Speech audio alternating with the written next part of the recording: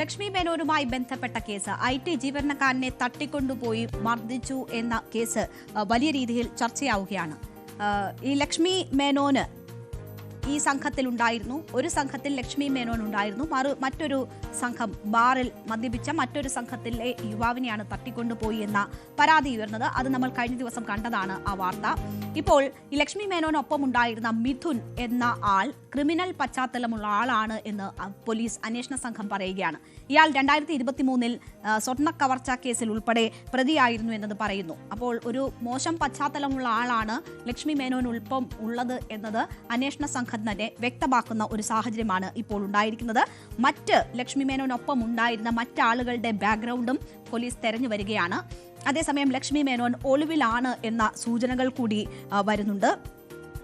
മുൻകൂർ ജാമ്യാപേക്ഷയിൽ എന്തായാലും വാദം ഇനി ഓണം അവധിക്ക് ശേഷം മാത്രമേ നടക്കുകയുള്ളൂ. ലക്ഷ്മി മേനോനാണ് മുൻകൂർ ജാമ്യാപേക്ഷയുമായി കോടതിയെ സമീപിച്ചത്. അപ്പോൾ അതിൽ വാദം ഇനി ഓണാവധിക്ക് ശേഷം, അതുവരെ ലക്ഷ്മി മേനോനെ അറസ്റ്റ് ചെയ്യരുത് എന്നൊരു നിർദ്ദേശം കോടതി നൽകിയിട്ടുമുണ്ട്.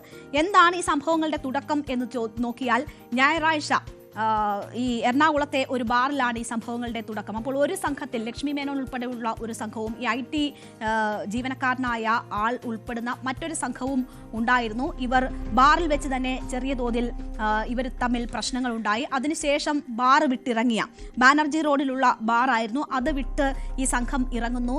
11:45 രാത്രി 11:45 ഈ IT ജീവനക്കാരനായ ആൾ സഞ്ചരിക്കുന്ന കാർ തടഞ്ഞു നിർത്തി ഇവർ അവരെ ചോദ്യം ചെയ്യുന്നതും മർദ്ദിക്കുന്നതുമൊക്കെ ദൃശ്യങ്ങളിൽ കാണാം. ആ ദൃശ്യങ്ങളാണ് പുറത്തു വന്നിട്ടുള്ളത്. ഈ ലക്ഷ്മി മേനോനൊപ്പമുള്ള യുവതിയാണ് ആ IT ജീവനക്കാരനോട് മോശമായി സംസാരിക്കുന്നത് ആ ദൃശ്യങ്ങളിലുള്ളത്.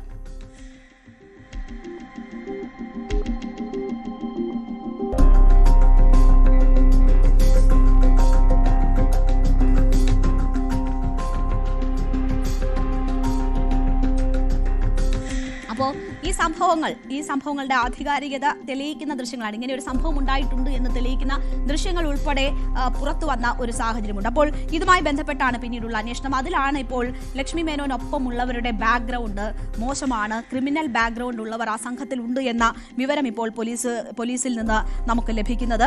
കാറിൽ നിന്ന് ഈ IT ജീവനക്കാരനായ ആളെ ഇവർ പുറത്ത് കൊണ്ടുവരുന്നു. അലിയാർ ഷാ സലീം എന്നാണ് ഇയാളുടെ പേര്.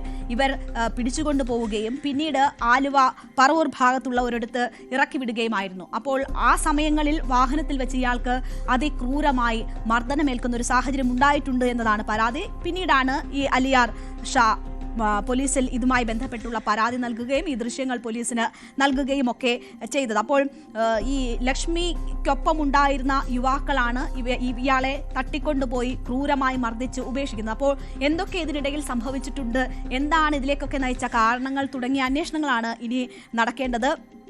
എന്തായാലും ആ യുവതി, ലക്ഷ്മിക്കൊപ്പമുള്ള യുവതി അയാളുമായി തർക്കിക്കുന്നത് ദൃശ്യങ്ങളിൽ കാണാം.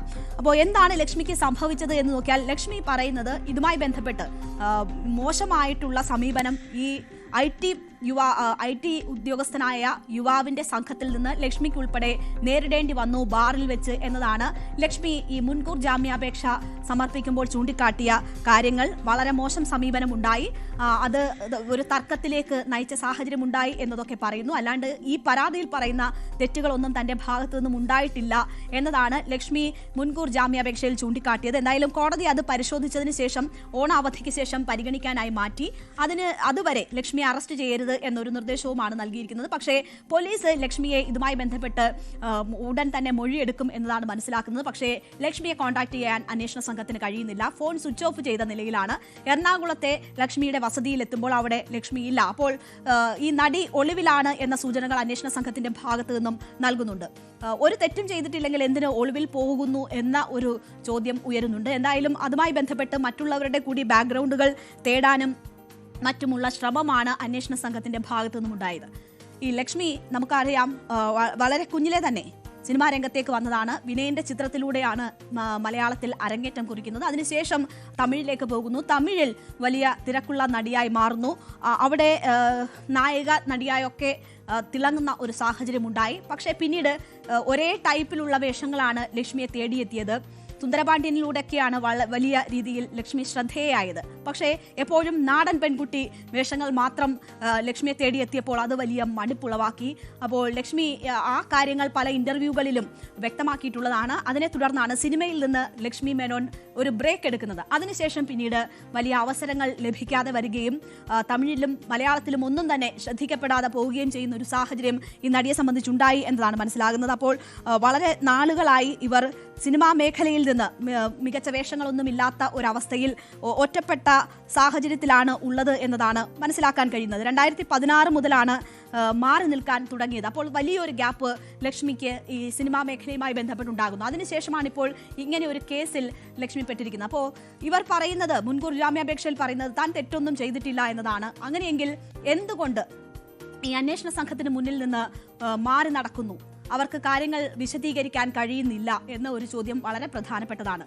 മാത്രവുമല്ല, ഈ ബാറിൽ വെച്ച് ചില പ്രശ്നങ്ങൾ ഉണ്ടായിട്ടുണ്ട് എന്നത് ലക്ഷ്മി ചൂണ്ടിക്കാട്ടുകയാണ്. ഒരു പ്രമുഖയായ നടിയാണ്. എന്തെങ്കിലും പ്രശ്നങ്ങൾ ഉണ്ടായിട്ടുണ്ടെങ്കിൽ അത് ആദ്യമേ തന്നെ പോലീസിന്റെ സഹായം തേടുകയോ സംരക്ഷണം തേടുകയോ അല്ലെങ്കിൽ അങ്ങനെ ശ്രദ്ധയിൽപ്പെടുത്തുകയോ ചെയ്യാമായിരുന്നു. പക്ഷെ അതുണ്ടായില്ല.